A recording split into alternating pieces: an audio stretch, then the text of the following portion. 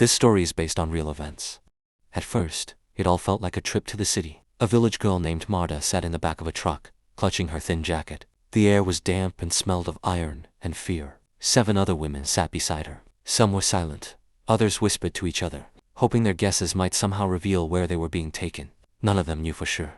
They had been told they were needed for factory work in Germany. The recruiters promised food, shelter, and wages. Marta's mother did not cry when she left, though her face looked tense and tired. They all believed it was temporary. But when the truck stopped, Marta saw barbed wire, watchtowers, and a German sign above the gate. Later, she learned the name of the place, Ravensbrück concentration camp. They took the women into a barracks. Their hair was cut off. Their clothes were replaced. Marta tried not to look at the others, but terror was already spreading among them. Some women already understood why they had been brought there.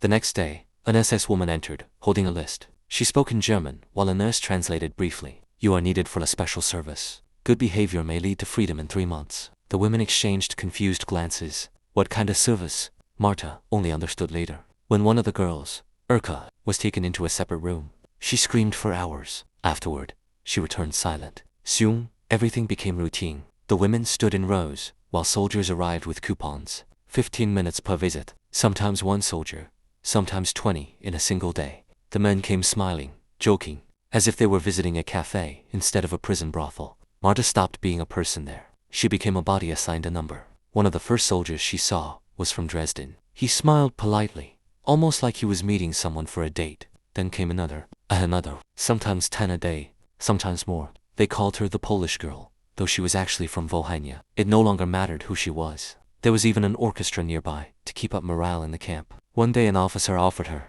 cigarettes and chocolate.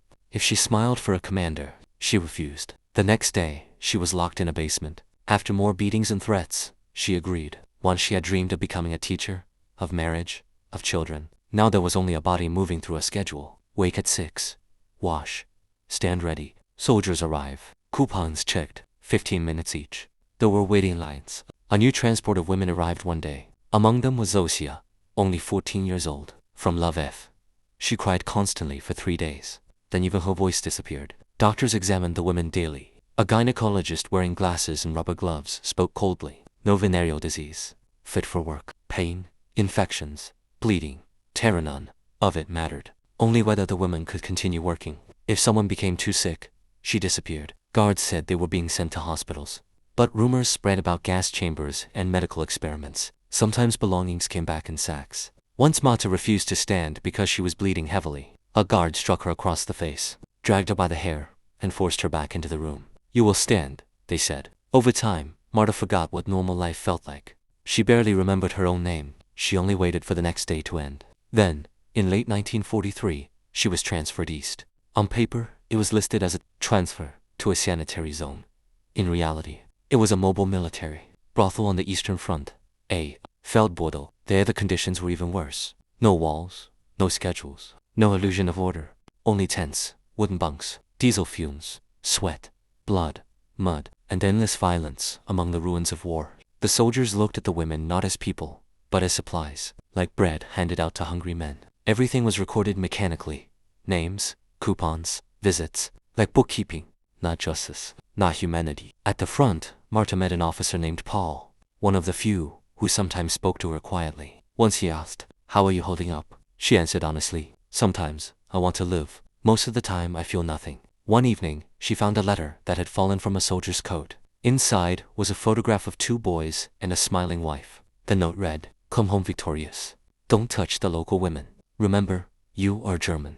Marta kept the letter hidden under her blanket, not because she believed in kindness anymore, but because it reminded her that somewhere another world still existed, a place where women were not treated as objects.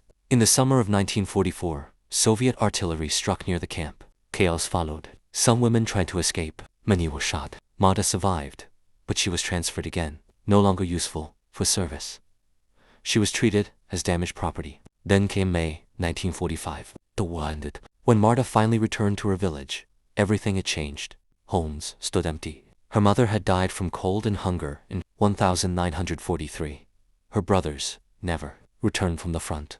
Neighbors recognized her slowly. "Was it really you, Marta?" But nobody asked how she survived. Instead, they whispered, "What did she do there? How many Germans passed through her?" People called her the German woman, Shame followed her home more faithfully than memory. For decades, she stayed silent. In 1978, she received a letter from Germany containing a small brochure about the Kent brothels. Her name was not mentioned, but for the first time she saw proof that someone acknowledged what had happened. Not immorality, not disgrace, a crime. But the Soviet authorities never officially recognized sexual slavery in the camps. There were no apologies, no compensation, no public acknowledgement. In 1995, after Ukraine became independent, a young journalist came to interview survivors. At first, he listened carefully, but when Marta began describing the brothels, his expression changed. He quickly ended the interview and left. After that, she spoke to no one for years. She lived quietly and alone, reading newspapers slowly with trembling fingers, staring through the window for hours. Only in old age did she begin saying a single sentence repeatedly. I just wanted to live.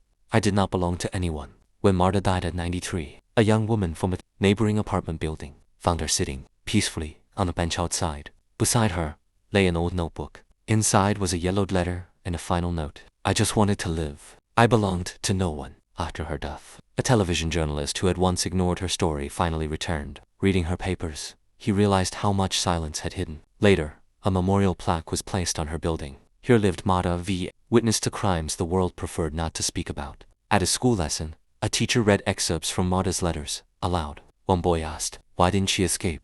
And the classroom fell silent. Because no simple answer exists for what happens when violence destroys a person's will, day after day. Years later, an archive exhibition in Berlin included a small room dedicated to the brothels of the Third Reich. No dramatic banners, no loud announcements, just photographs, letters, and silence. Marta's voice was there too, not as a symbol, not only as a victim, but as a warning, because sexual violence in war never truly disappears. It only changes language, uniforms, and borders. Today, in the 21st century, women in places like Sudan, Ukraine, Syria, and Myanmar still suffer similar atrocities. Yet sometimes one person listens, a student in a classroom, a visitor in a museum, a reader hearing a story for the first time. And sometimes that is enough to keep someone from being forgotten, because the moment a voice says, "I do not belong to you," silence begins to end. If this story touched you, please subscribe, like the video, and share your thoughts in the comments. Your support helps this channel grow and keeps these stories alive.